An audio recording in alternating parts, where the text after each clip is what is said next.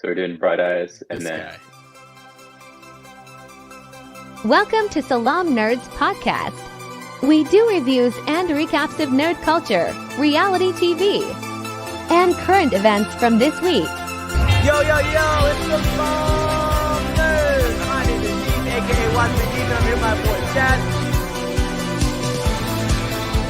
We drop live episodes on YouTube on Sundays, Tuesdays, and Wednesdays at 10:30 p.m. Eastern.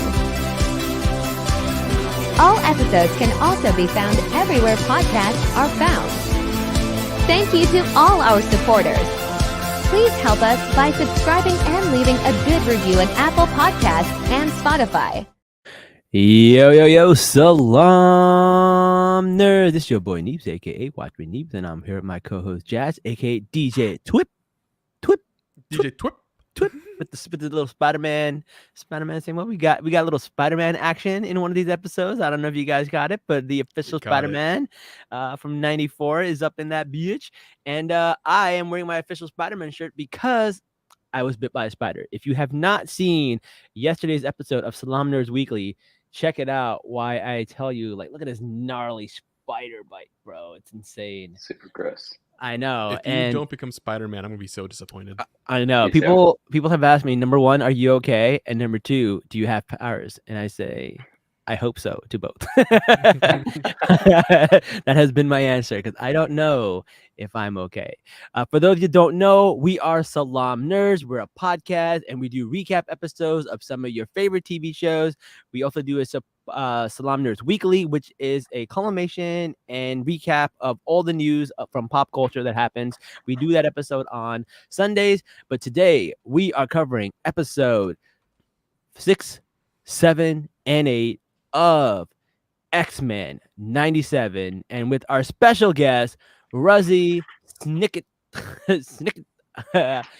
Hashmi. What's up, Ruzzy? Welcome back to the show. What's up, y'all? Glad to be here. I brought my yellow spandex today, not my black leather.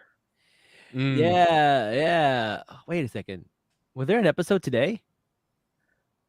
Did an No, episode was drop there? today? It dropped yesterday. Wait, am I behind an episode? No, No, that was right? just from the Might be. preview. That line that just you in the said preview. didn't happen yet, right? It was just in the It preview. didn't happen yet. Oh my god, you scared me. I was like, oh my god.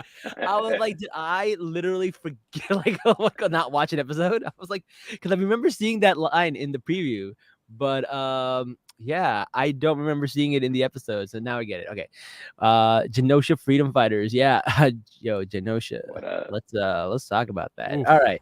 Let's start with episode 6.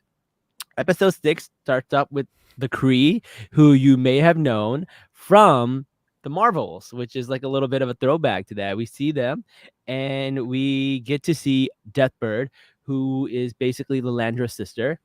And, you know, when she's not out calling the Earth the Milky Way ghetto, she's out there freaking, fighting people and beating the shit out of Ronan the Accuser, which is another cool little Easter egg that we got to see.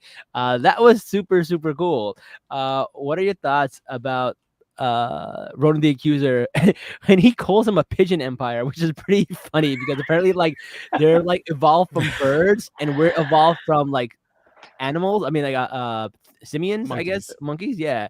So it's like, it's so funny they call her like a pigeon. Oh my god, that's crazy. And we also in the first shot get to see Vulcan, who is actually Scott Summers' half brother, because his dad goes out there and he's, you know, his wife's dead and he's looking for some alien strange and he has a son. So homie has 3 sons. And he doesn't know about either of them. So all of this gets like thrown to us in Father of the Year. like a deadbeat Father dad. of the year, co-star. Oh God. God! Oh my God!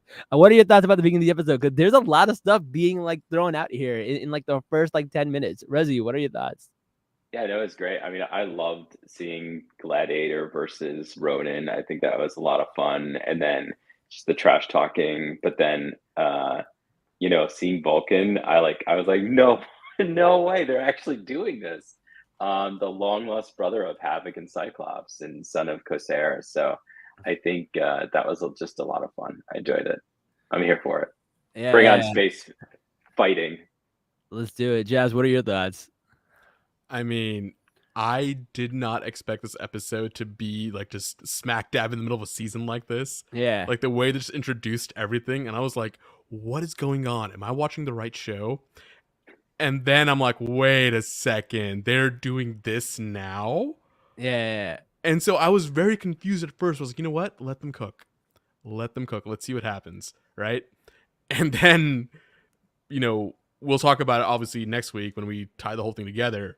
But I think the payoff is going to be worthwhile. So yeah, absolutely. And like, this is one of those shows where I feel like, yeah, they are rushing a little bit. Like, I think the Madeline Pryor thing was a little rushed. It's one of the things that people complain about. But like the way they're going, they're covering so much. It's kind of like a roller coaster right now, which I'm kind of enjoying.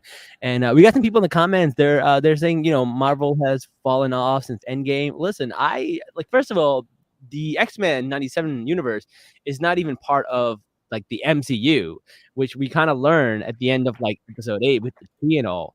But I think the people have been like unanimously like really happy about the show. I think overall, like people nitpick stuff here and there for sure. There's some things that people don't like. But overall, this show has been received very positively. I would agree with that. I see whatever they talk about, like it's something that's so minuscule, like, oh, they got this design wrong, oh, they did this, oh, like it's like, no, you're just angry, you're boring.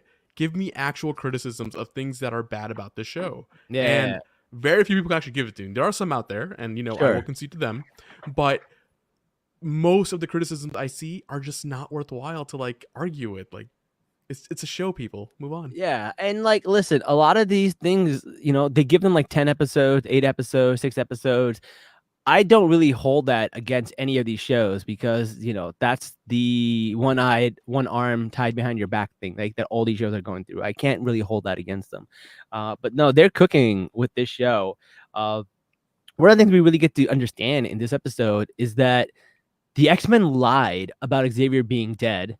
And obviously he's not. He's walking around like Rhodey in the MCU with his mechanical things.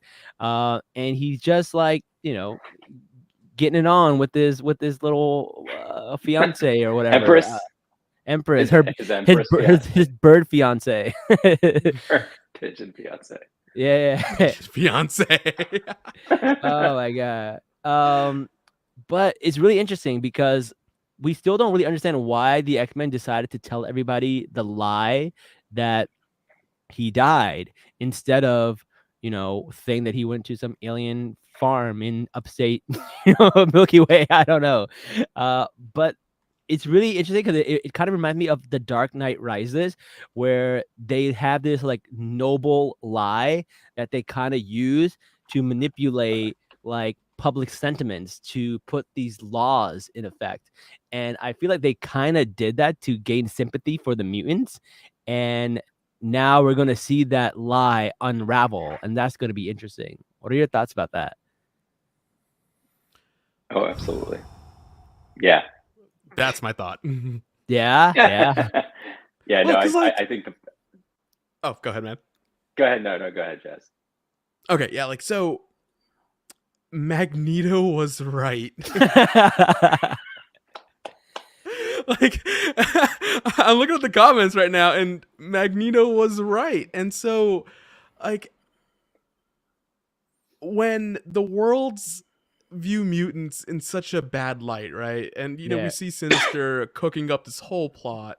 Or not Sinister, but, what's his face? Bastion. Bastion, right, yeah. They're all cooking up this insane plot where like everything they do is almost pre-calculated for the other side. And then him coming back eventually, I'm guessing, not gonna spoil anything there, but for Xavier to like come back and be like, and then everyone's like, oh my God, he's alive, they were all lying, right? It's gonna create even more chaos and frenzy between humans and mutants. And then this just kind of proves Magneto's point, is that no matter what they do, right? Even if they try to go away, humans will still hate them. Yeah. And they're still going to be biased. They're still going to try and kill them. Like, nothing changes. Magneto was right. Yeah. It kind of does show you that, like, this idea that Xavier had was less of a, way to be peacefully coexistent and more of like the model minorities. Like, hey, look, we're the good ones and we're helping. So therefore, be nice to us. Where, like, I think even Hank says in this episode, he's like, we shouldn't have like begged for your tolerance, which I think is like pretty spot on. I think you might need to demand some of that shit, man. But let's move on to the adversary and Storm, which I think was a cool part of this episode, because we see Storm get her powers back, which I thought was really, really cool. One of the things the adversary says to her that I thought was really funny, she was like, "That's why you go back to your monotone team," and I was like, "Oh shit, they are kind of monotone." I was like, except for Jubilee, they're all just like white people. Right? Like, even Beast is technically a white person. It's true. Like he may be blue, but he's still got white culture. He was white. Yeah. He's still Frasier, basically. Exactly. Underneath. Yeah. Oh man. God. That was really funny. But we see her fighting this adversary, and Forge comes out with the Camertage Doctor Strange stuff, which I thought was really cool. Dope. So apparently, like, his mom was part of like Camertage, and you notice like the words were not from like the same letters from the MCU. They were actually like from like Native American, so they kind of like changed it based on his culture, which I thought was really, really cool. What are your thoughts about Forge defeating the adversary? Go ahead, Ruzzy. Yeah, I think like having mystic powers like Doctor Strange plus indigenous healing methods was always something that like I would say the indigenous side, he obviously leaned in more, but I think it was a nice kind of like nod to the MCU and the Doctor Strange universe. I liked it. It was good. And I think also, Forge was injured or poisoned as a kind of a way to test Storm in like the thing that she hates the most, which is her claustrophobia, and that comes in later on. And I think it was a nice device that like they kind of leaned in more on his background, which they never did in the original series. At least, like, not really. Like, you kind of saw it, but you like unless you knew like his background. I mean, the show never really talked about it, so I really liked how they leaned into this. Yeah, Jazz, what are your thoughts? This was refreshing, honestly. I haven't watched X-Men like in years, and then just seeing this kind of sort of pseudo love story thing going on, right? But also the betrayal that Storm feels when she learns like what Forge made and what he's done and how he's indirectly responsible for a lot of this. Like, they tapped into some very heavy feelings in this episode. And it's not like your typical, the episode after something extremely tragic happens. It's like a lighthearted kind of, right? No, this one, it was still heavy, but in a different way. Yeah. And it was just good. It was refreshing. And I'm like, all right, thank God they didn't just like, we have the entire destruction of Genosha, and the next episode, like, we're talking about Xavier and love only. Like, I'm glad they wove in other stories here just to like bring back that feeling of like heaviness. Yeah. I also feel like they did a good job of just like putting in little Easter eggs, because if you look around Forge's room, there's like a picture of him and one of the doctors who made the collar, but also Bastion's in there. And the X-Men creator said that, not the creator, but the showrunner said that Bastion is literally in every single episode. If you can go back and find him, which is kind of crazy. That's wild. Yeah. So there's like a picture of him and his face is covered. Yeah. So it's really, really crazy. One of the things like I love about Storm is she has the hardest line. She goes, I think in this one, she goes like, what does she say? She goes, "Let them thunder, for I am lightning," which is dope because lightning comes before thunder. Lightning always comes before thunder, and I know that because of Lightning McQueen in Cars. That's I why love you it. know that. Yeah, I he love it. says to the After the guy, door. he says to the guy, like, "You're thunder." He goes, "Why?" Because lightning always comes after thunder. I mean, comes before thunder, and he gets first place. That's funny. I love that line. I love that line. All right, Neebs. Don't you hate on Cars, okay? I'm not hating on Cars. I'm just amazed as an electrical engineer. That is where you learned that. No, I mean that's not where I learned it, but that's where I first like heard the saying. That's what I meant. Okay, do not tell me you were not like already graduated college when Cars came out. I didn't watch Cars until like I think like a few weeks ago. Oh, really? Yeah. Oh, okay. I thought you meant like you learned it after college, like way back when it first came out. I'm like, are you kidding me? No, my nieces have watched Cars before I have, and I watched it like I've known of it, but I never sat down and actually watched the whole movie. And I was like, okay, so now it's fresh in your mind. Now it's fresh in my mind. Now exactly. it makes more sense. I was gonna say, man, like that's not where you should learn that. Like, listen, I don't care. Education can come from anywhere. All right, it can come from Comertage, it can come from anywhere. It can come from Xavier taking everybody to the fucking astral plane and sitting them down in a classroom. How about that? Let's talk about that. Oh, let's talk about that. Talking about colonization and imperialism, session. like the Xavier really went to school on though. I thought that was really funny. What are your thoughts about that? Because that was pretty cool. Yeah, no, that was fun. Yeah, I mean, like it was a classic story of like colonial oppression and indigenous uprisings, and like just kind of, I think the imagery that they showed, it was pretty cool. Like you can't essentially like kneecap like a civilization because they're just gonna kind of come and uproot you.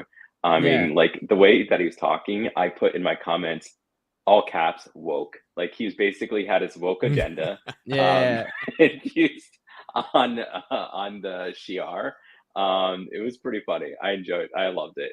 I mean, especially because I mean, they were like giving him an ultimatum: either you embrace the Shi'ar and forego your Xmen, like completely purge yourself of like your purpose in life. So I mean, that was powerful. I mean, it was. I mean, that whole like astral plane scene was great. It was so weird, but I loved it. Yeah, same. I no notes. I also afterwards he starts freaking out a little bit, and he's having all these images, and he sees Gambit, and he's like, "My children of the atom, they were happy and drinking and making love." And they tried out like, Xavier, have you been watching them make love? were you there? Yeah, that was a weird line. That was like, no, thank you. That's hella weird, bro. Oh man, Xavier, you're the father figure. Yeah, that's great. I did like the Children of the Atom reference because that is a very popular comic strip that came out with X-Men, but also one of the arcade games is called X-Men Children of the Atom, which was a really popular arcade game, which I thought was really cool. Yeah, that was really, really cool. And then in this episode, we learn that it was Sinister who was behind everything. Did you guys see that coming, or what were your thoughts about Sinister being the main bad guy? Oh yeah, I saw it a mile away. Yeah, I figured he would be around, but I didn't think he was the one who mastermind the mastermind.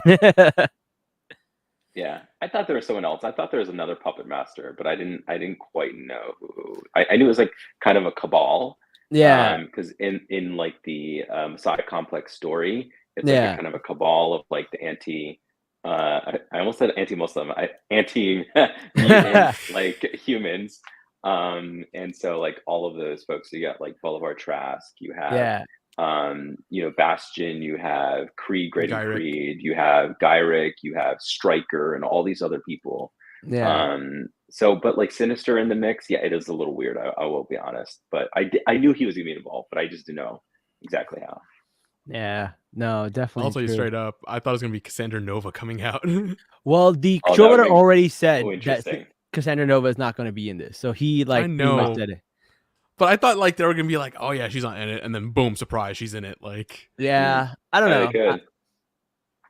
Maybe next season. I would be like kind was of. Jon Snow really dead when people said he's dead? No, okay, like No.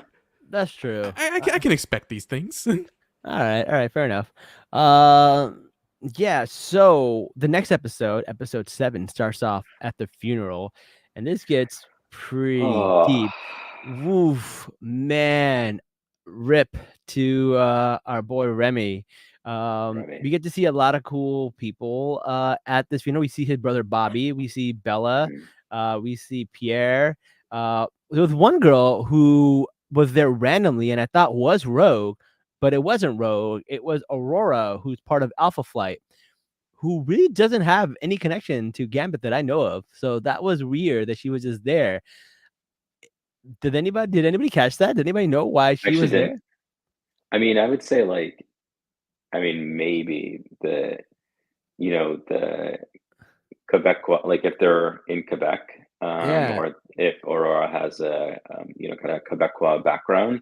I Yeah. mean, Louisiana is Cajun with French influence. So I mean, I could see like some connection, but maybe not. I don't know. I really have no idea. Maybe it was just to imply Gambit got around. Or that. That's actually right? probably what I was going to first. My man. But I really, really love Nightcrawler's eulogy. That was so good. I was like, So powerful. why am I tearing up over this stupid like eulogy from a Catholic devil-looking blue monster for like a cartoon? But he said something about like Gambit, could make potential energy out of anything, but he could never see the potential in himself. And we really think that he was just bluffing and playing on the whole gambler stuff. And he goes, every gambler has a tell. And Gambit's with modesty. I was like, oh, this is Such a good poetic. line. So poetic. Yeah. was How such could a Remy, good so attuned to potential, fail to see how his sins had made him into a hero? Every gambler has to tell.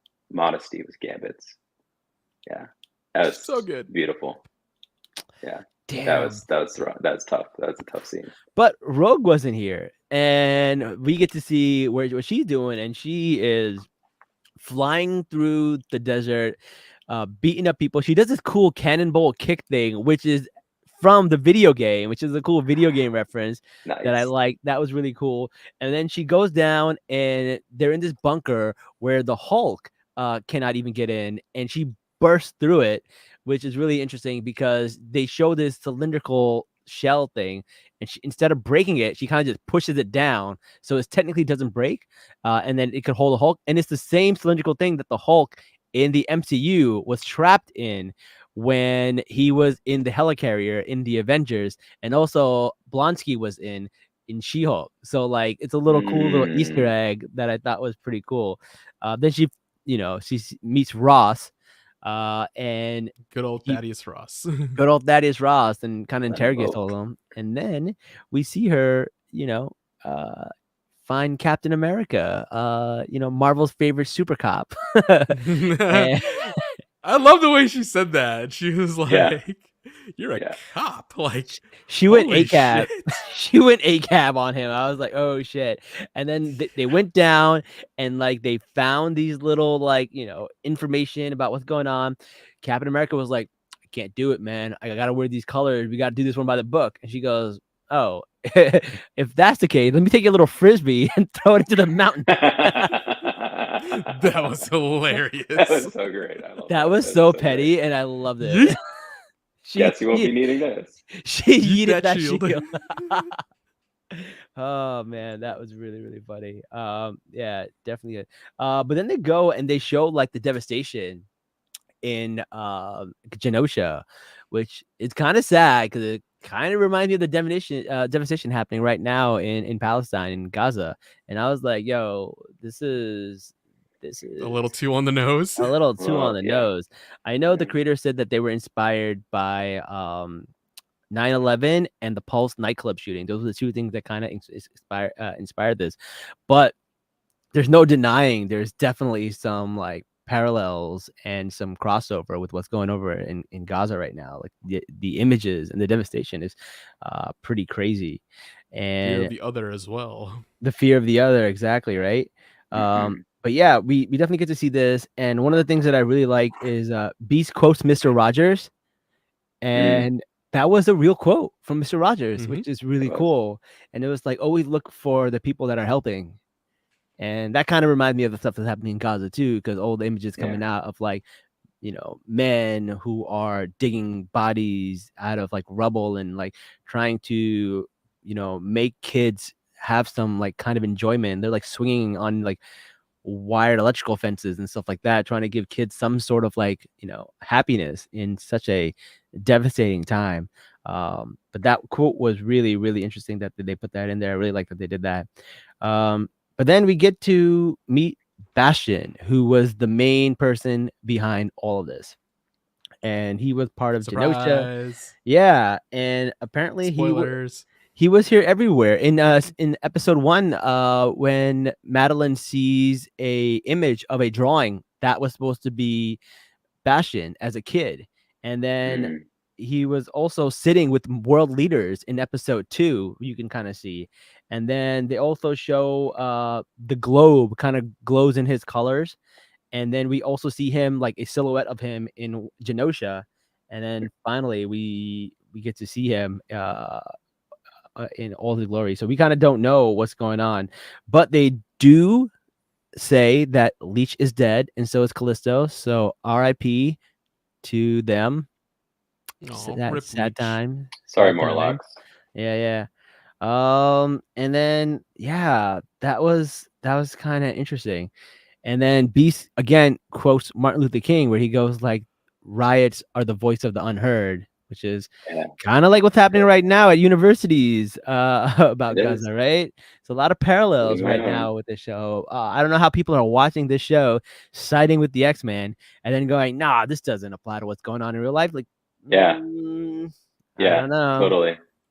X-Men's Yeah, woke. comic books. Yeah, I mean, X-Men has always just revealed like the true face of America. Like it's always like that. Like X-Men specifically has like the civil rights movement, Yeah, post 9/11, the situation now, like whether they yeah, intended to it or not, right? Obviously, like we're seeing it.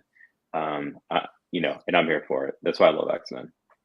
yeah, I'm 90% sure they knew what they were doing. Like, Yeah. I feel like these themes are just so unfortunately universally part of Yeah. our discourse yeah, that Mhm. no matter what tragedy was going to happen, whether it's like, just gun violence in schools, for example, right? right. Mhm. This could parallel to that. Like, there's just so many things you can relate what we see on X-Men to what's going on in the real world. And there's no way they did that accidentally. Now, for what's going on with Palestine and whatnot, that was definitely an accident. I hope nobody Yeah. predicted that, or that's some real Illuminati shit going on. I know, Yeah. It's I pretty think also crazy. you had like when Cyclops had that exchange with President Kelly, which I forgot who was the president, and he blows up at him, and because they're like shutting down the Genosha like rescue efforts, and I mean essentially it's showing that mutants are just not getting the same treatment as humans, almost like fill in the blank. Mm. Weird. Not funny, haha, but funny, weird. Yeah, I definitely agree with that. We also see that Gyrake is not in prison, but some kind of like mansion playing with butterflies as they He's play Michael Madame Cohen. Butterfly in the background. And then That Rogue was a nice comes, touch, by the way. yeah, and then Rogue comes, touches him, and then actually passes out. And then we don't see what happens in Mhm. between, but she just wakes up, and Nightcrawler finds her in an alley, uh, which is interesting. And we see all the X-Men, and then we see Yeah. them go into Traska's room, and Traska's like, "Hey, I'll tell you guys everything. It was Sinister behind it." And Rogue has him like, "Hey, don't kill yourself. Tell us more." And he's like, "That's all I got." She's like, "Oh, bet." She just lets him. He just lets him go. She goes, "Same." God. I got nothing else. She goes, "Same," and then just like drops him, which was crazy. And everyone's looking at him like, "Oh my god, how could he do that?" And Wolverine's just like, "Oh well, it is He what it deserved is." it. Yeah, which I thought was funny. No, that was wild the way she just did that. I was like Yeah, a it's jaw so clever. drop moment. Like I Yeah. did not expect Rogue to just kill like that. That like Wait, not in this. one could say she went rogue.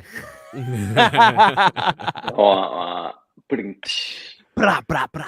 I was waiting for that. All right. Yeah. So, I mean, it's definitely a contrast to like what like Nightcrawler was saying to her like literally a minute ago in the scene when the X-Men came and when he Yeah. was talking, like he was like basically comforting his sister. And the first Yeah. time you Mhm. see like their bonding, and he was like, saying about both Gambit and Magneto, like you taught them how to live, right? And so I think it's pretty touching. But then she goes and like offs a guy next scene. It's completely Right, just awesome. casually like No, that's Crazy. crazy.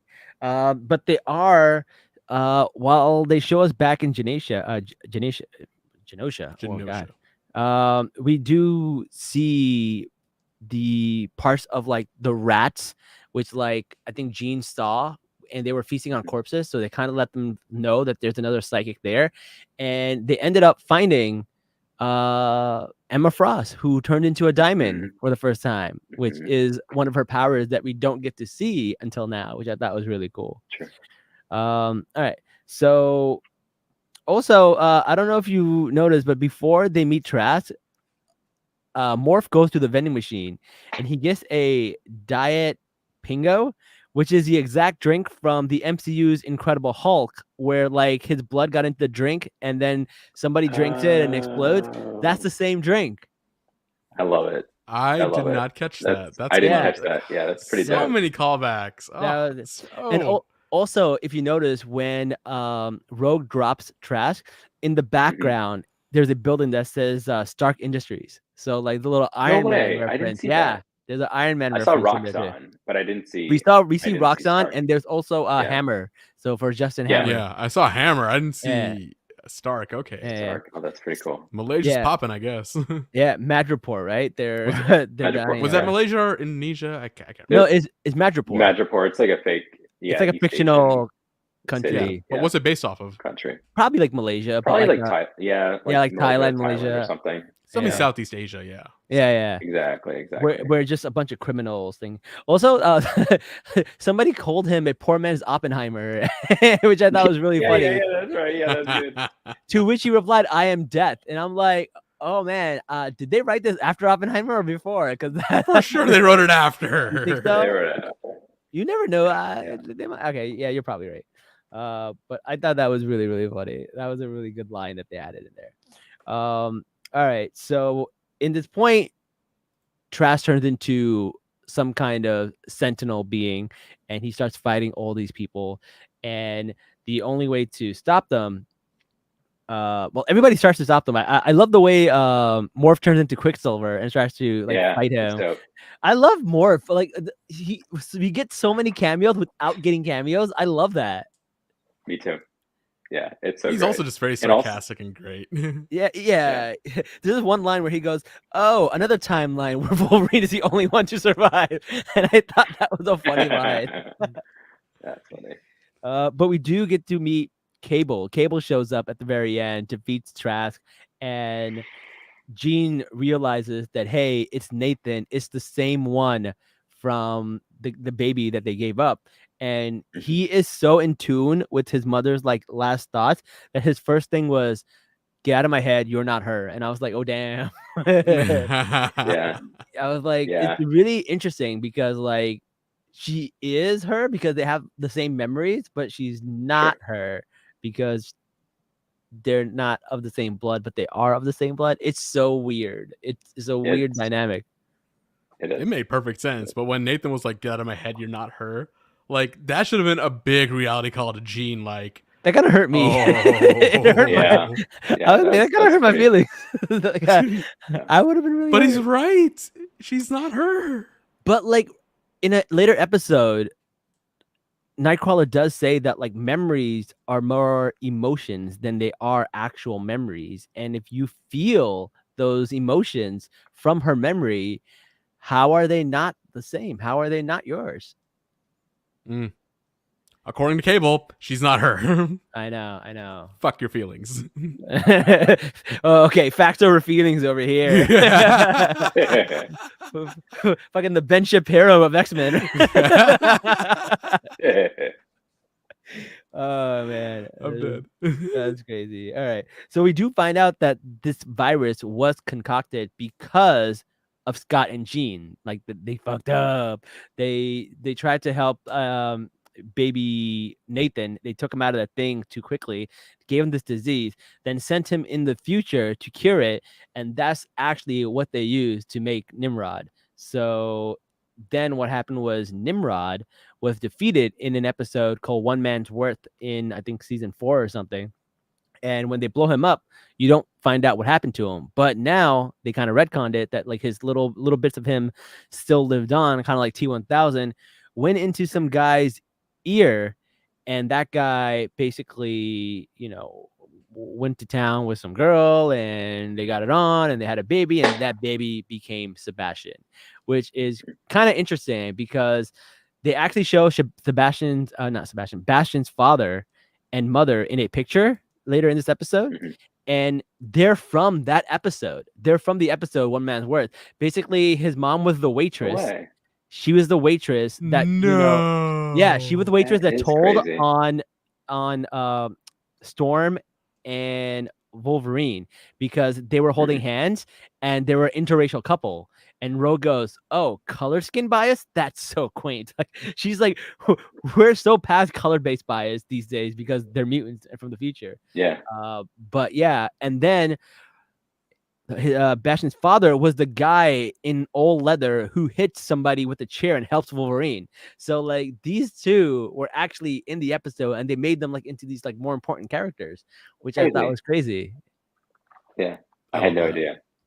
Wild. It was crazy. Wild. But also we know that the reason they had to make this virus from Scott Summers and Jean, because Jean is actually the wife of Nathan Essex's. No, sorry, Jean is the descendant of Nathan Essex's wife. So he did most of his experiments on his wife because he was trying to save her. So all his experiments are based on the DNA of this fake Jean Grey wife of his. So it's like all passed down. It was just passed down, yeah. So it's all connected. But yeah, that's where this episode ends. At the very end, with a naked, ripped Magneto being strung up like the Da Vinci Man, and the X-Men animators are very horny. Which is what I got from that scene. Yeah. I mean, the thirst trap. That was a Magneto thirst trap. Man is in his 90s. He should not be looking like that. Actually, no, that's not true because it's still 97 technically. Yeah. Still old though. No comment. Yeah. All right. If you're into that, I hope you enjoyed it. Yeah, hey, whatever floats your boat. Next episode 8. This one had a lot of cameos, which was so cool. Yeah. Someone says, when did they find out Cable is their son? They find out in this episode 7, at the very end, where Jean probes his mind a little bit and finds out that and she sees Madeline's memories. Yep. And then she connects that, that's her son. Yeah. Someone said went from his ears to his balls in reference to the guy who is the father of Bastion. Yeah, that's kind of what happened. Okay. That is true. All right. This episode starts off with they show a little bit of the sacred timeline. Basically Cable's in the room kind of explaining the plot of like what everything happened, which was really, really interesting. And then he kind of said like, hey, no, he doesn't really ruin the world. He actually makes a utopia out of it before it gets worse. So, which I was like, oh, that's pretty interesting.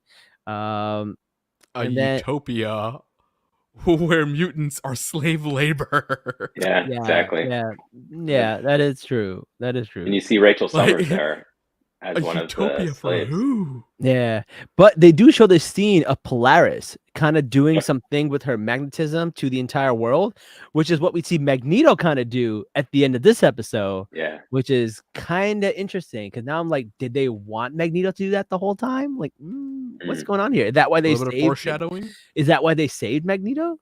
So like, I don't know, because it sounds like Magneto would be the most dangerous person to them. So why would they save Magneto? But there's got to be a reason. Why was Polaris old? Well, this was the future. 'Cause That was they the were doing future. a. Yeah. It Yeah, wasn't the like a future. flashback. It's a future. Flash forward. Yeah, and Polaris is It's also a Days the of daughter Future Magneto. Past kind of thing. Okay. Yeah. Exactly. Yeah. Someone says yes, because in the old seasons they never figured it out. Yes, that's true. In the old seasons they never explained why Cable is his son or the Yeah. fact that they know them. So now they actually do know them. Exactly. All right. So they do that and they talk about how he couldn't stop it. Cable couldn't stop it. Every time he did, he got pulled back, which is a reference to the Nexus Point, also known as a canon event, also known as an absolute point. They use different words, but it means the same thing. So that means Genosha being destroyed is a pivotal point in the X-Men and MCU in all the timelines, which is very interesting. I think Doctor Who was probably the first one to coin this, and I don't know what word they used, but it was I think they said absolute point or something.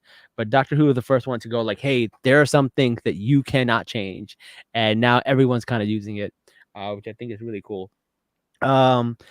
Yeah, and also it explains why the Watcher was there, because we saw the Watcher in one of the scenes. Yeah. So it makes sense that the Watcher would come to a Nexus point to watch it.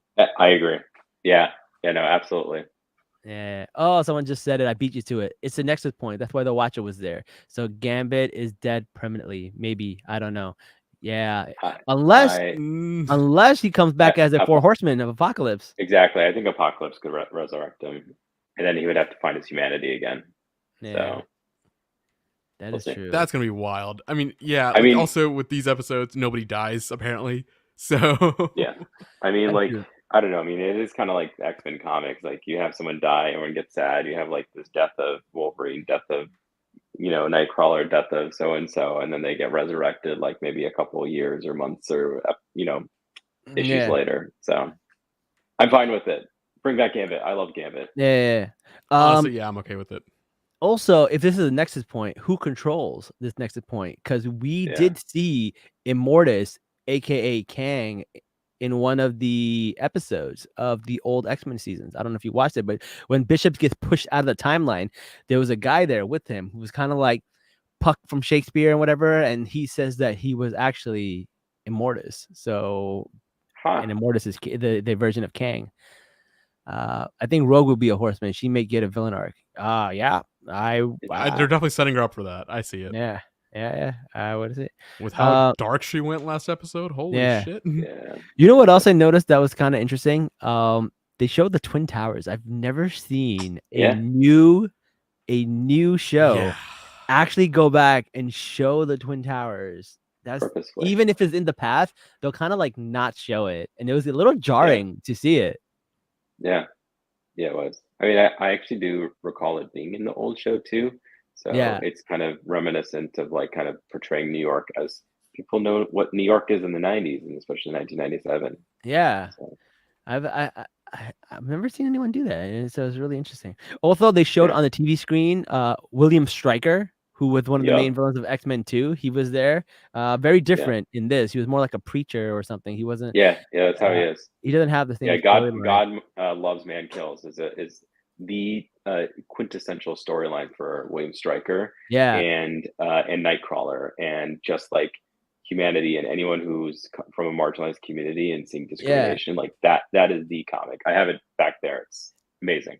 It's really interesting because William Stryker doesn't have as much connection to Wolverine as much in the comics, but Brian Cox was such a freaking good actor that like that's what everybody knows William Stryker for. He's like X-Men 2 is like that guy is such a good actor, so everyone just knows him for that.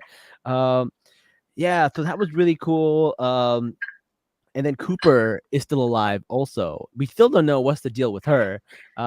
Everyone keeps thinking she's really Mystique, but is she? Because I would think they would show us by now. Because she's the only one I think from the intro that we have not seen. Because we've seen almost every other villain, just not her. We haven't seen Sabretooth or Avalanche or Pyro or any of the Brotherhood. The Brotherhood has been in this at Oh, all. you're right. You're right. Brotherhood You know, hasn't been here So at like all. You're right. they haven't, right? Toad, none of them have been in it. Although I think I saw Oh, Toad maybe you're right. like somewhere lurking around.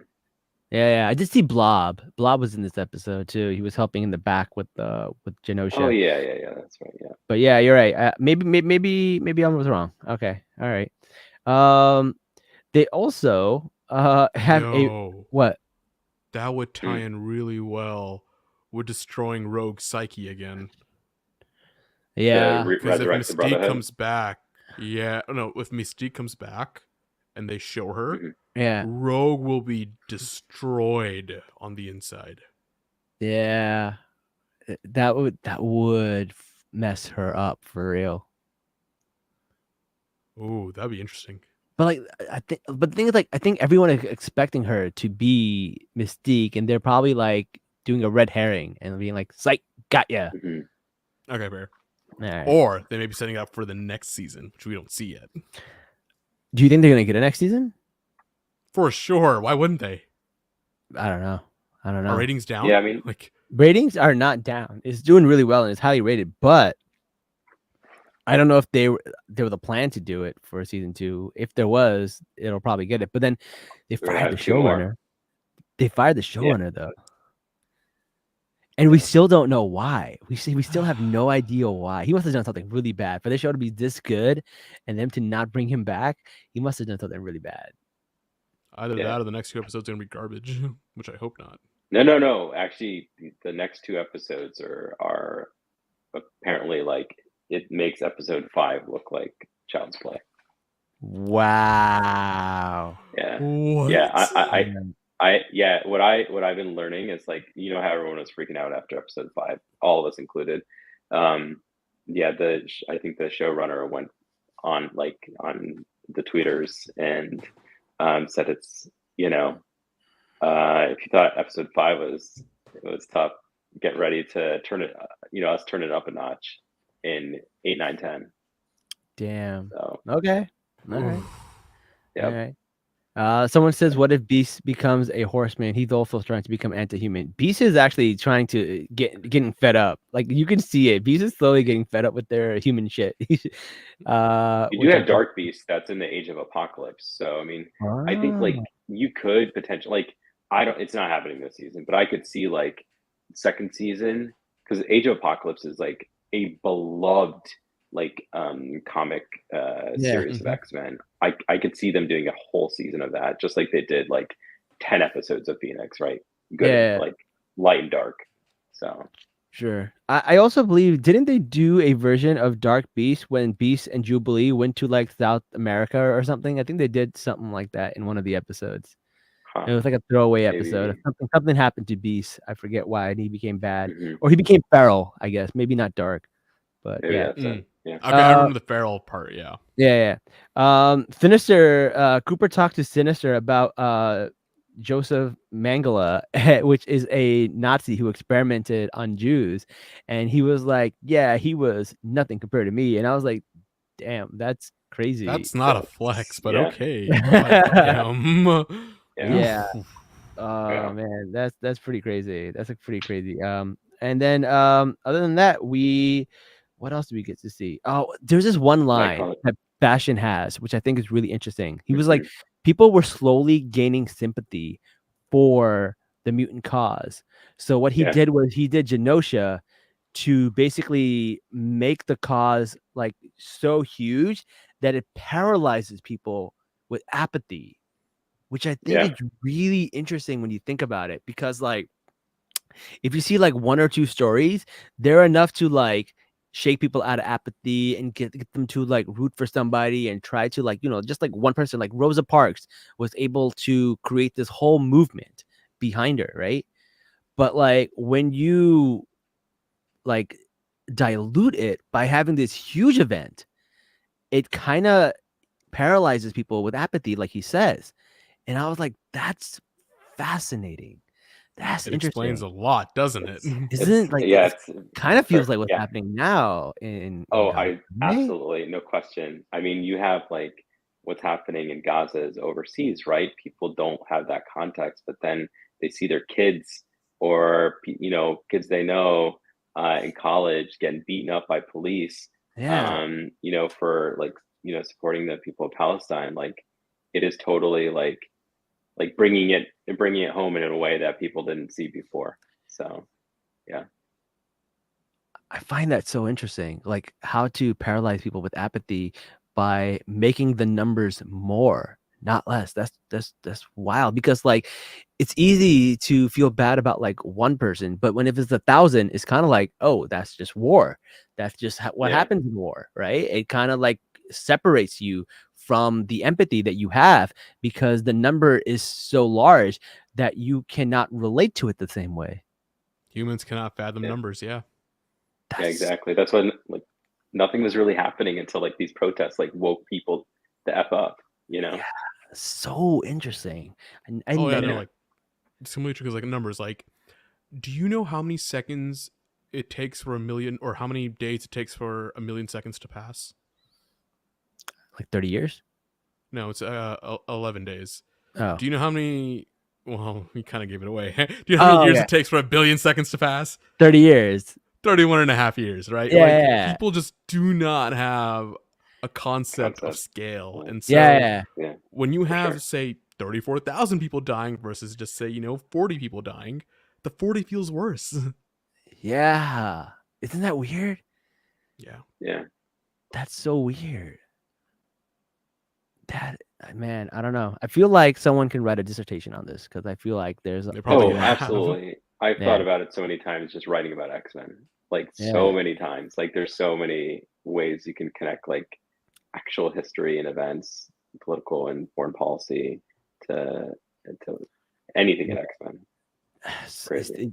it's just done so well. So like, yeah, it definitely It makes really me is. The think about writing that. is Another thing that they actually say that Bastion says is that like he's getting these people riled up because like he's going to be like these mutants can take your job because like yeah. one mutant can do the job of 10 men, which is really interesting because in one of the earlier episodes, Colossus goes through a construction zone and takes the job of 10 men, which Mm, is very telling. So like it's this idea of like taking real fears and half truths and mixing them with hate to create a political movement.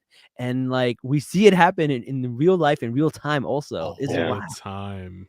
Yeah. Yeah, Operation There are Zero two Tolerance is a things. thing. It is a Yeah. thing. I mean, it's something deadly but secret, not secret but deadly. And it trying to like paralyze people with fear. And yeah, I mean, like just told over and over again that the future is leaving them behind. And like I put in my like notes quote, white people, right? I mean, like that's like constantly what we're hearing. And Bastion's like, I invite them to be loved again, aka white supremacy. Like these are like the ways in which people get indoctrinated by fear and paranoia and disinformation, Yeah. in a way that makes it like extremism, such a like a very dangerous thing because they could just like you seize that weakness in someone and then you just weaponize it immediately Yeah. in the show, literally weaponize it. I like that you brought it in indoctrination because that's kind of what like Professor Xavier was trying to teach them when he took them to the astral plane into that classroom because he's like, hey, you guys are not educated, you guys are indoctrinated. And like that's the Mm, difference because education requires critical thinking, whereas you guys have just been taught that your culture and your way is the right way and every other for sure. way is a milky ghetto, like a Milky Way Yeah. ghetto, right? Yeah. So it's really interesting how we see that. I don't know. And he calls it the final dream, which is kind of like the final Mm, solution, which is what they did to the Jews, and it's really really messed up. How some of these things are just coming back. Someone in the comments says Bastion's mom should have realized that he was batshit crazy with the drawing. Well, technically, his mom was a racist because she's the one that told the bartender about Storm and Wolverine holding hands. So fuck that lady. Can I go back to one thing? Go for it. Go for it. Yeah. So this happened a little bit in the last episode, but here it's more pronounced. You had like Nightcrawler, Jean, and Rogue together, and it shows how much I miss Kurt as a character. Like in the original show, like I really wish we had more of him, but like I love that we get so much of him. And Neebs, we were talking about this on an earlier episode of just how much like Muslim people of faith connect with Nightcrawler. It's because like he's everyone's confidant. Like he's just everyone trusts him. Everyone just like unleashes their secrets. They know that he's not going to judge them. And he's talking about like I guess like Jean is having this like issue with like not knowing her memories, and he's like, memories are just merely dim images echoing with emotion. And he talks about how Mystique abandoned him as a baby, like even though he had the same blue color skin, right? Going back to like skin tone, going back to like just kind of racial connections and whatnot.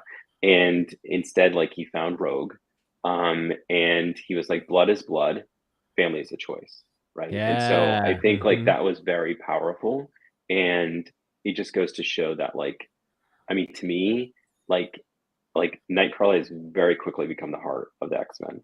He really is. Yeah. Definitely one of my favorite characters. I definitely really absolutely love him. No question. And like, let's talk about the fighting with Nightcrawler. We're gonna get to that because that was so good. But I want to wait. So basically, what happened is Beast is doing something with Cerebro, and he triggers everybody to become the Sentinel, right? And then at the same time, Scott and Jean and Nate are all there with Bastion's mom, and she also turns into this like crazy thing, right? So all these people are turning into these like Sentinels, and Wolverine is like at his best. He's like, okay, I'm just gonna assume they're not human anymore, and starts slashing through them. He's falling from the sky and using the humans to slow himself down as he hits the ground by cutting them in half. And then he sees them show up right in front of Rogue, who is on the table, kind of lifeless. She can't move. And they were like, why are you doing this? And he's like, I got 6 reasons why, bub. And then Nightcrawler shows up and he goes 9. And I was like, not only was that dope because he had 2 swords in his hands, one with his tail, and there were technically 9 like, sharp objects. But 9 is also no in German, which is like a double, double meaning. And they just start fighting and bashing all these people up. And then like they realize that as they're slicing all these motherfuckers up, basically they're not dying. So what he does is he starts bamfing them out of the room and taking them all out one by one. And the last guy, Wolverine, stabs as Nightcrawler like bamfs, and we get to see him go through the brimstone dimension and pulls Wolverine and this guy through it, which was such a cool scene. Like I lost really my cool. Shit. That was the best. Like the fact that like this fight scene was like they've had so many amazing fight scenes, but they're still having like things that are still like blowing our minds even now. What are your thoughts about that? Oh, bro. Like I think I watched that like 3 times. Like I stopped and it was just so sick. Like it also like reminded me of the X2 scene at the beginning in the White House. I mean, just like how you have like Nightcrawler just bamfing. And I just love the sound effect. Like the sound effect is just so perfect. And I mean, like that's like we needed this Nightcrawler fighter that's like agile, acrobatic, which is he once was. And still is, but and a swordsman too. Like they never have shown that until now. It's just so great. A good swordsman, right? Yeah. Like and even the little details, like what I absolutely hate, and like when people are dual wielding swords, they'll do like this weird X motion, like they'll hold 2 swords like this and like slash you that way. Yeah, that doesn't actually work in real life. Anyways, so like in X-Men, what they were doing is they were actually showing how to properly use a 2-sword style, and it was just really cool. technically 3-sword style. He's Zoro from, He's Zoro. from One Piece. That's where Zoro got it from. So it was man. so good. All right. And okay, so here's something that gets a little silly to me. I didn't love this. If people like it, that's fine. But the summer's road trip, where like it's like they go into the Blackbird and like they put the seatbelt on Nathan, like Jean puts the seatbelt, such a mom move. Yeah. But then the Blackbird gets destroyed, and they show up in a Oh, yeah. Porsche, and they start going around and around in this Porsche, and I'm just like, what is going on here? They kind of lost me at this Porsche. What are your thoughts about this Porsche scene? It's very Hey silly. man, product placement. You got to make that money somehow, right? Speaking of product placement, I feel like that Porsche, it's a blue Porsche. It's kind of reference to the blue Mazda RX-8 from Xmen 1. That was like a huge push. That was the first time you ever saw that car. And I was like, damn, I really want that car. And I remember that. No, because they actually said the word Porsche, right? Like, Yeah. that's obviously totally. product placement. They wouldn't do that. Like, I've never it seen was trying to product reference placement. it. I've never seen Yeah. product Not placement in in a cartoon before, though. That's so Not wild. in a cartoon ever. Yeah. Yeah, not in animation. I liked it. I was like, yeah, okay, I respect it. Like, of all the cars they could have gotten Yeah. with, like, yeah, I respect this one. Also, what are your thoughts about Roberto and coming out to his mom, which is definitely like an allegory for like being LGBTQ, and then her wanting him to like, hey, listen, I still love you, but I'm gonna need you to keep this in the closet. Literally. Which like, man, it's got to be tough. I don't know what to say about that. I don't know what kind of opinions I would have on that, but she definitely gives him up to the Sentinels, which I was like, that's shitty. It was strange. Sentinels were like, we're not here to kill people. Like, I was like, what? That was Yeah. weird. Is it these specific people? Are they funding it? Like, Yeah. what is going on here? And also the That was banner super said strange. humans for Genosha, and it's like, well, Yeah. are mutants not human? You don't consider them human? Like, it's weird. Yeah. That Like, whole there was a scene very lot of strange. subtext in that scene. Yeah. That was really, really interesting. I don't know. But we find out that Cooper has let Magneto go. So Bastion comes back, he teleports, and he's like, he kind of tells off Cooper a little bit. And when this is where she says the line, Magneto was right. Yeah. That's right. Magneto was right. Damn. Oh my god, dude. Which is like, I can't even disagree, man. Like, I don't know. Magneto was right. Shit, Yep. bro. Magneto was right. So he goes to the North Pole. He starts doing this magnetism thing and basically kills all He the charges Sentinels. himself up with the electromagnetism Yeah. in the earth Of right there, right? the Of the poles, earth. yeah. And we also Yeah, get 'cause to that's see where the fields are the strongest. So yeah, he absorbs all of it and then just releases an EMP on the world. yeah. Yeah. Amazing.